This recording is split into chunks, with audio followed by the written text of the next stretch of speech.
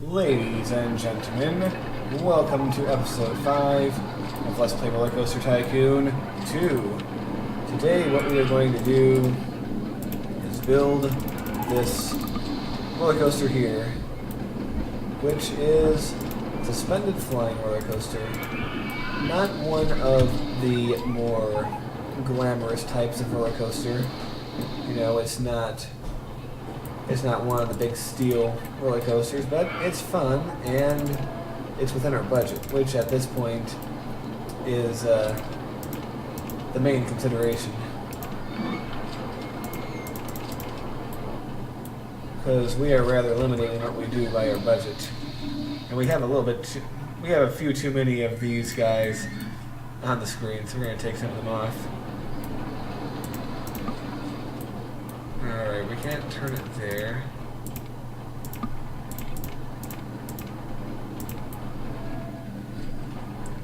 And I like to have roller coasters weaving in and out of each other, which isn't completely unrealistic, but it's not as widely seen as other things.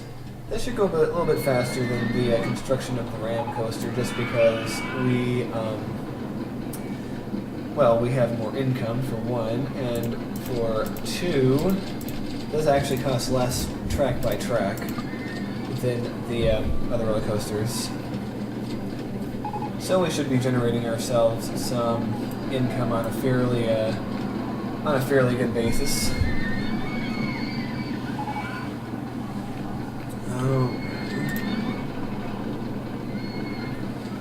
So the idea is I want to scrape together enough of an income on this park to make at least one larger type roller coaster possible, because the larger roller coasters will run you well over $10,000. So it's best to have either a lot of money saved up at the beginning to make a big roller coaster that you hope will generate you money, or you want to have a series of roller coasters that together will generate you the income needed to raise the capital to build such a roller coaster. And reasons like that is why this game is a capitalist wet dream. It's kind of fun like that, despite what you might think about capitalism. I mean, not that I personally have a problem with it for the most part, you know, but we're not here to rant about politics or economics. No, I have my SimCity videos for that. We're here to make cool rides. So we're going to go up, we're going to go across. I mean, after all, you know, most people like shooter games, but most people aren't going to actually shoot someone in the face. That's the hope. We don't have a helix down. That's kind of sad, I guess. Alright. Let's rotate this around so we can see it from this angle. We're going to have to demolish some trees, but that's just part of life, you know.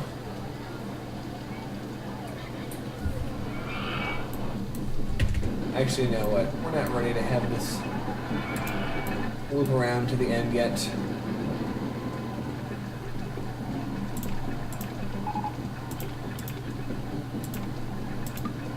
We actually want to have this stoop down for a while and then stoop back up.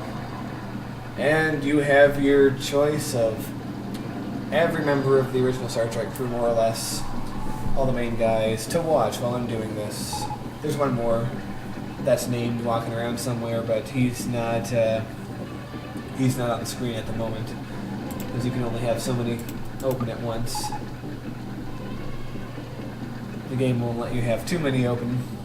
The stupid rain is messing with our income, man. Alright, come on, we need the money to move the trees. Now, as you can see, we're encroaching on the park boundaries. One of the good things, though, is that most parks will let you buy land adjacent to your boundaries, at least in certain directions. but it costs a little bit of money, obviously. We're going to save the game, because saving is good. Right, we're going to go right. We can afford that. Can we afford to dip down? So here's where we get to the area where we see if we can buy some land. Because we are going to need some money to do that.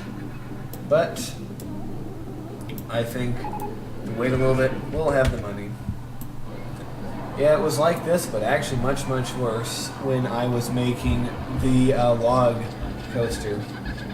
It was a jerk like that.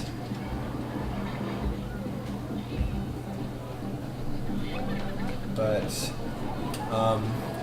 now that the rain stopped, we should be getting some income. People are going to be wanting to go on rides, generating us some money, and there we go. In fact, I think we're only going to have to buy the one piece of land. Although we are going to have to demolish a lot of these trees. $116. It is kind of sad to have to get rid of these nice big trees.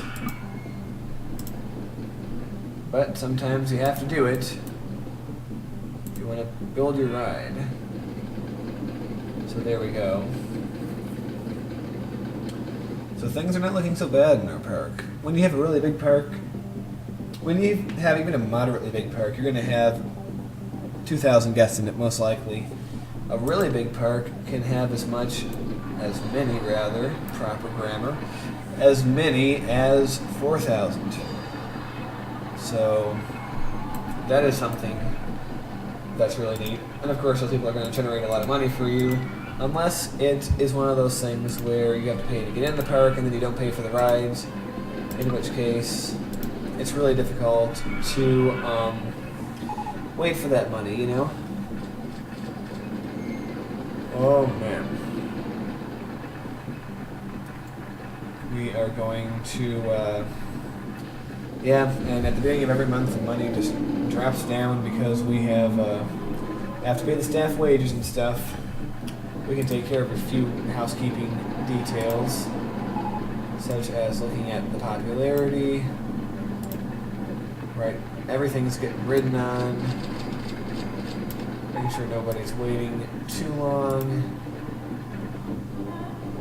11 minutes, it's kind of on the long side.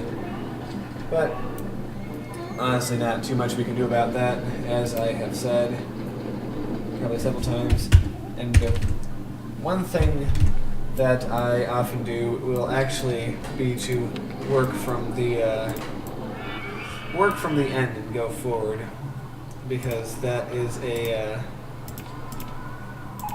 sometimes it's easier to reconcile the front and the back somewhere other than the end of the ride.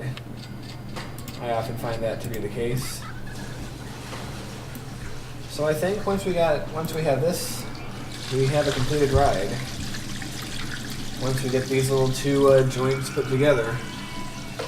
So it won't be so bad. I wonder how many people find this their favorite. Yep, like I said, the number is growing very large. It's just a very much loved ride in our park. Oh, we need to make this stick down one more, don't we? Nope, no we don't. I'm a fool. So we are going to get this.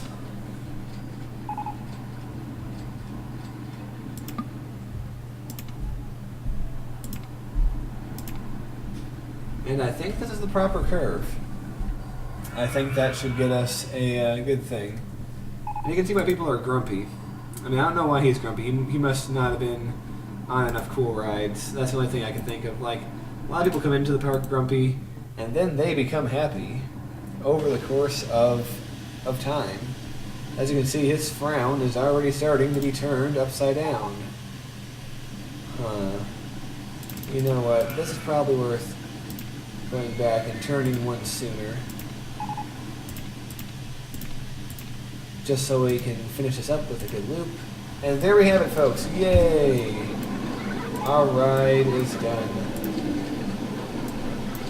This is another ride where I went to wait for a full load, but I also wanted to leave no sooner than 3 seconds. We're going to bump that up to as fast as we can get it. And we are going to, and look how many cars we have. Oh my goodness. 20. Yeah, I can get quite a lot. Now this ride is even lighter than the steeplechase ride, so you want to watch your uphills because cars will seriously slow down. I mean, they'll slow down on straightaways too, quite a bit, so we're going to keep our eye on it.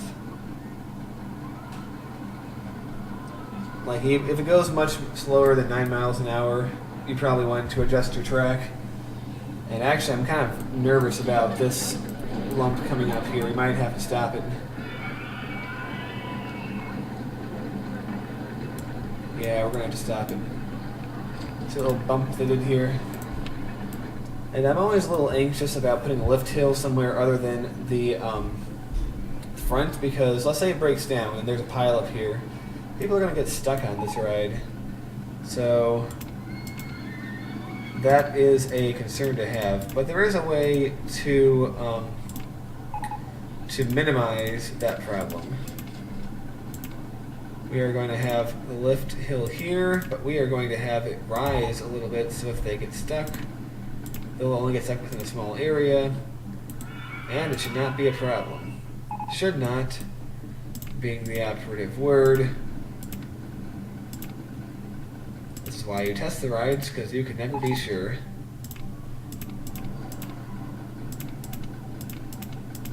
Alright. Let's see if that change was enough to set it right. Yeah, optimally these rides you do want to begin on the ground.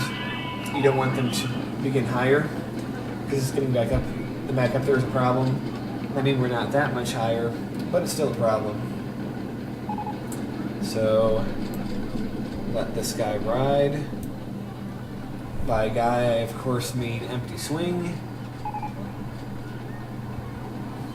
And roller coasters like this, you absolutely cannot let empty cars go, because the weight of the person on it makes a huge difference with a ride such as this. Alright, so it slows down to 8 miles an hour over here, and 7 even, but I think it's going to be okay. So we have the lift hill taking them back up, and that should probably be okay. So we'll hang out here, wait for our test results, so we know what kind of price we can charge. All right.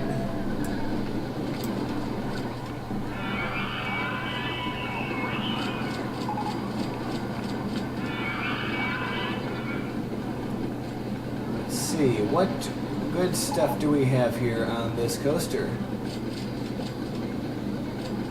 Medium. Oh, it's not that high. That's too bad. Alright, well, what we're going to do is close it. I think we can get away with charging $250. And we are going to turn it on. We're going to make sure people don't think it's too expensive. Really good value. We could probably even boost it a little bit. But I'm always wary of overcharging. So we are going to advertise for our new roller coaster. Sorry, 2-week campaign to get people in the park and get them riding. So we already have our first people. Let's try to click on this car in motion.